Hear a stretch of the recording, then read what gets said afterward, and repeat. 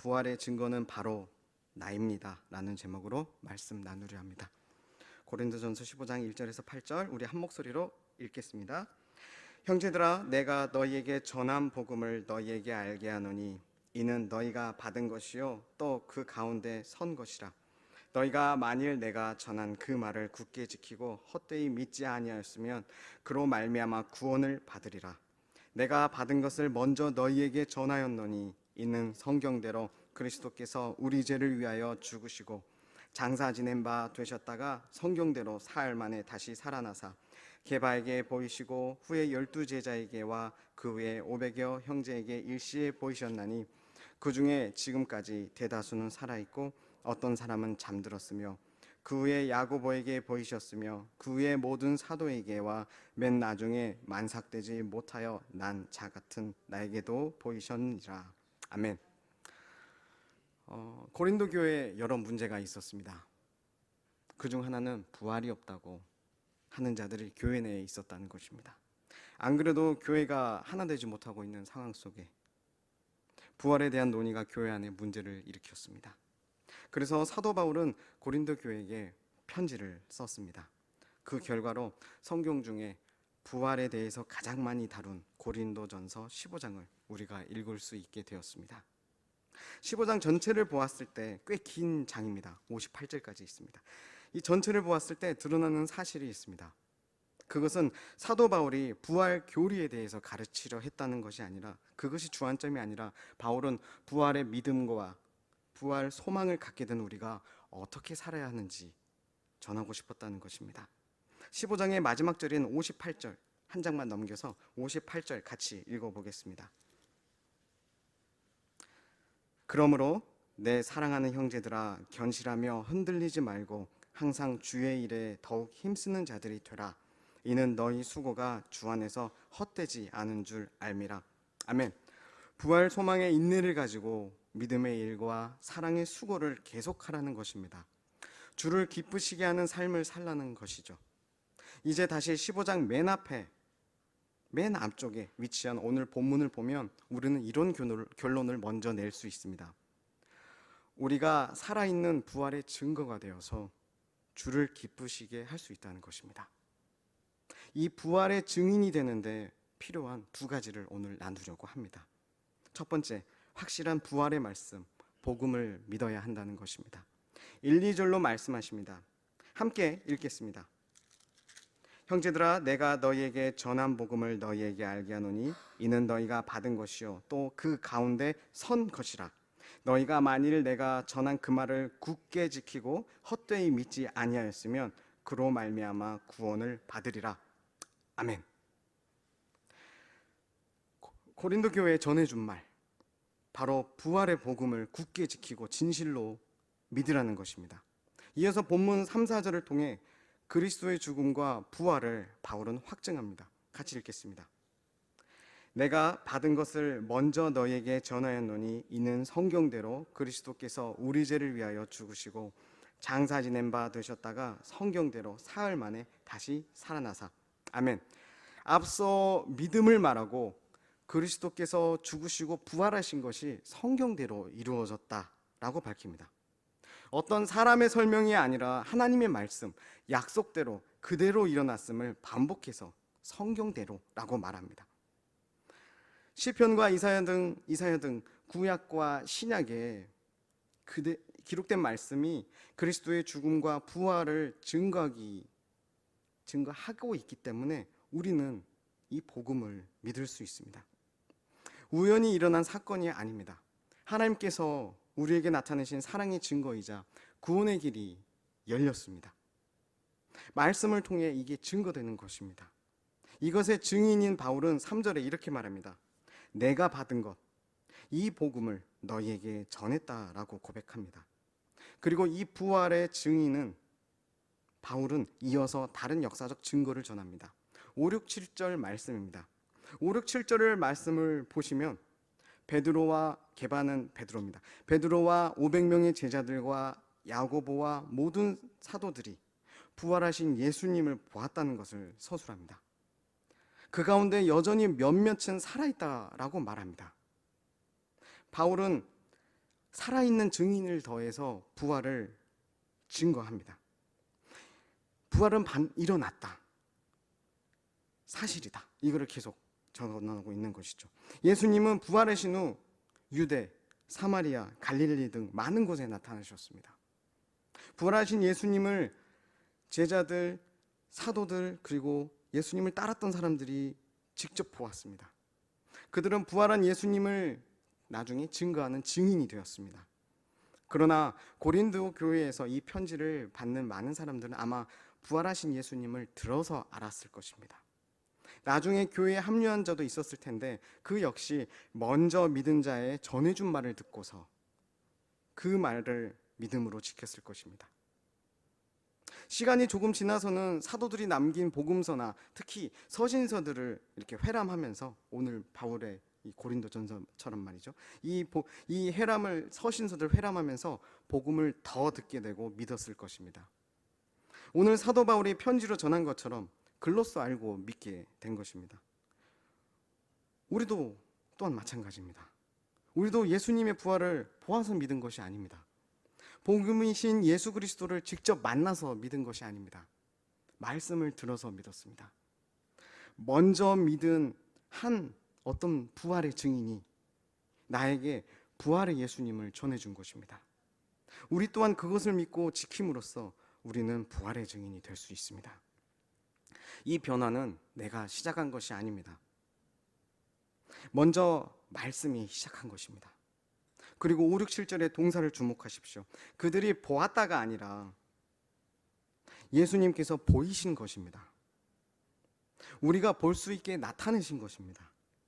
예수님은 자신의 증인들을 세우시기 위해서 자신을 증거로 먼저 나타내신 것입니다. 하나님의 선교입니다. 하나님께서 일하시는 하나님의 선교입니다. 고린도 교회처럼 그리고 오늘날의 우리처럼 직접 부활한 예수님의 증인이 되는데 반드시 필요한 부분은 바로 하나님의 일하심이 필요하다는 것입니다. 우리는 성령 하나님을 이때 떠올리게 됩니다. 오늘 본문에 성령 하나님을 정확히 다루진 않았습니다.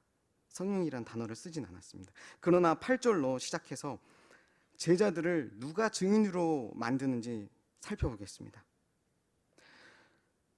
마지막 8절 우리 같이 한번 읽겠습니다.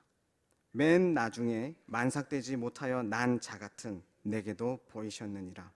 아멘.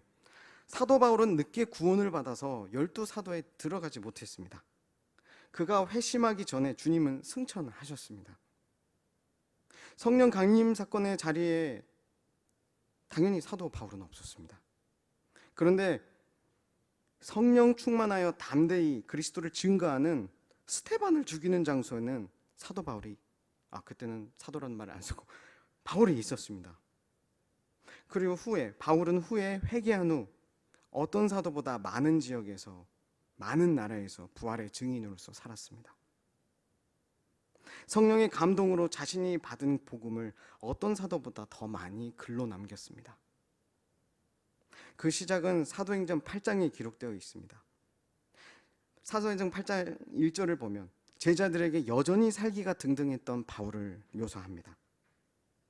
자신이 믿는 바 그리스도를 따르는 자들을 잡으러 떠난 다메섹 도상에서 그는 자신에게 나타내 보이신 그리스도를 만납니다. 사흘 동안 보지 못하고 먹지도 못하고 마시지도 못하고 기도하고 있던 그에게 아나니아가 와서 이렇게 안수하며 말합니다. 8장 17절 말씀입니다. 하반절에 형제 사울아, 주 곧 네가 오는 길에서 나타나셨던 예수께서 나를 보내어 너로 다시 보게 하시고 성령으로 충만하게 하신다 하니. 아멘. 부활의 증인되는 것은 성령님이 주도하시는 일입니다. 금주 주시는 말씀을 다시금 떠올려 보십시오. 눈으로 봐도 이성으로도 믿을 수 없습니다. 복음을 듣고 믿을 수 있는 것은 성령 하나님께서 믿음을 발생시키신 것입니다. 오늘 본문 말씀처럼 복음을 굳게 지키고 믿을 수 있는 것은 성령님께서 내 삶에 역사하시는 증거입니다. 하나님을 믿고 말씀을 따라 살 수 있는 것은 성령님께서 우리와 함께 하시기 때문입니다. 우리 주님 하나님 나라 왕께서 우리에게 맡기신 지상 대명령과 성령을 기다리라는 예수님의 약속을 한번 생각해 보십시오. 몇 주 전에 우리가 받았던 말씀들이죠. 증인으로 사는 모든 이에게 세상 끝날까지 영원히 함께 하시는 그 하나님의 지혜, 그 주인공 성령님을 생각해 보십시오. 예수님의 약속대로 오셨습니다. 또 다른 보혜사로 그리스도 영이 우리에게 오셔서 당신의 증인이 되게 하십니다. 예수님께서 약속하신 성령을 기다린 제자들에게 임하시고 예루살렘이 뒤집어집니다. 감옥에 갇혀도 찬송하고 매를 맞고 풀려나도 그리스도의 이름을 위해 능력받는 그 일에 합당한 줄로 여긴 줄로 믿고 기뻐합니다. 고난도 죽음도 그들을 막을 수 없었습니다. 살기 등등한 사울 앞에 스데반은 성령 충만으로 당당했습니다. 사도들은 요한 빼고는 모두 순교한 것으로 전해집니다. 죽음을 넘어 영혼을 살게 하는 능력이 증인들에게 증거로 나타났습니다. 주님 부활하신 증거가 증인들을 통해 확증됩니다. 성령 하나님께서 우리를 증인되게 하실 수 있습니다. 성령께서 말씀을 믿게 해주시고 그 말씀대로 살도록 나를 붙들어 주셔야 합니다. 그때 우리는 증인이 되고 주님 부활의 증거가 내 삶에 드러나게 되는 것입니다. 마치려 합니다. 우리는 주일 예배를 드릴 때마다 우리의 신앙을 고백합니다. 나는 성령을 믿으며 좀 지나서 몸의 부활과 영생을 믿는다고 고백합니다. 나는 이 고백, 이 믿음대로 살고 있습니까? 스스로 살펴봅니다. 신앙의 고백과 삶이 일치하지 않아 답답하신 부분은 없습니까? 부활절 있는 봄에만 분명해지는 부활이 아닌지 돌이켜봅니다. 이때만 부활의 증인이 되는 것은 아닌지 돌이켜봅니다. 예수 부활이 내 부활 맞습니다. 부활 생명이 내 생명 된 것이 맞습니다. 이 방금 제가 말했던 서술했던 이 질문, 이거를 물음표로 바꿔보면 제가 부끄러워지는 것을 말씀을 준비하면서 발견하게 되더라고요. 이번 주 부활 생명이 내 생명 맞나? 예수 부활이 내 부활이 맞나? 이런 실제적인 내 삶에 연결되는 믿음 말이죠. 이 말씀을 준비하면서 이런 찔림이 오기 시작하자 성령님을 더 구하게 되고 기도하게 되면서 그제는 교회를 떠난 이와 통화하고 어제는 찾는 이를 만났습니다. 제 삶 바빠서 제 문제 해결할 것이 많아서 미뤘던 주님을 기쁘시게 하는 증거하는 일이었습니다. 말씀을 준비하면서 사도 바울의 음성이 들린 듯 했습니다. 뜨거워지는 찔림이 있었습니다. 내가 너에게 전한 복음 안에 부활은 분명했다. 너희가 이 믿음 안에, 이 믿음에 서 있냐, 서 있지 않느냐라고 하는 그 질문, 이 말씀이 오늘 이 아침에 우리에게도 묻습니다. 오늘 이 부활의 증인으로 살아가길 원합니다. 첫 번째 분명한 증거인 말씀이 있습니다. 두 번째, 우리에게 오신 성령님이 계십니다. 주님, 오늘 우리 이렇게 기도하며 기도의 자리로 나가길 원합니다. 주님, 오늘 사도 바울에게 나타내 보이신 것처럼 우리 삶에도 나타내 보여주시옵소서. 성령님께서 시작하여 주시옵소서. 우리가 서로에게 부활의 증거가 되게 하셔서 주를 기쁘시게 하는 인생이 되게 하여 주시옵소서. 말보다 우리 삶이 예수 부활의 증거가 되게 하여 주시옵소서. 기도로 나아가겠습니다.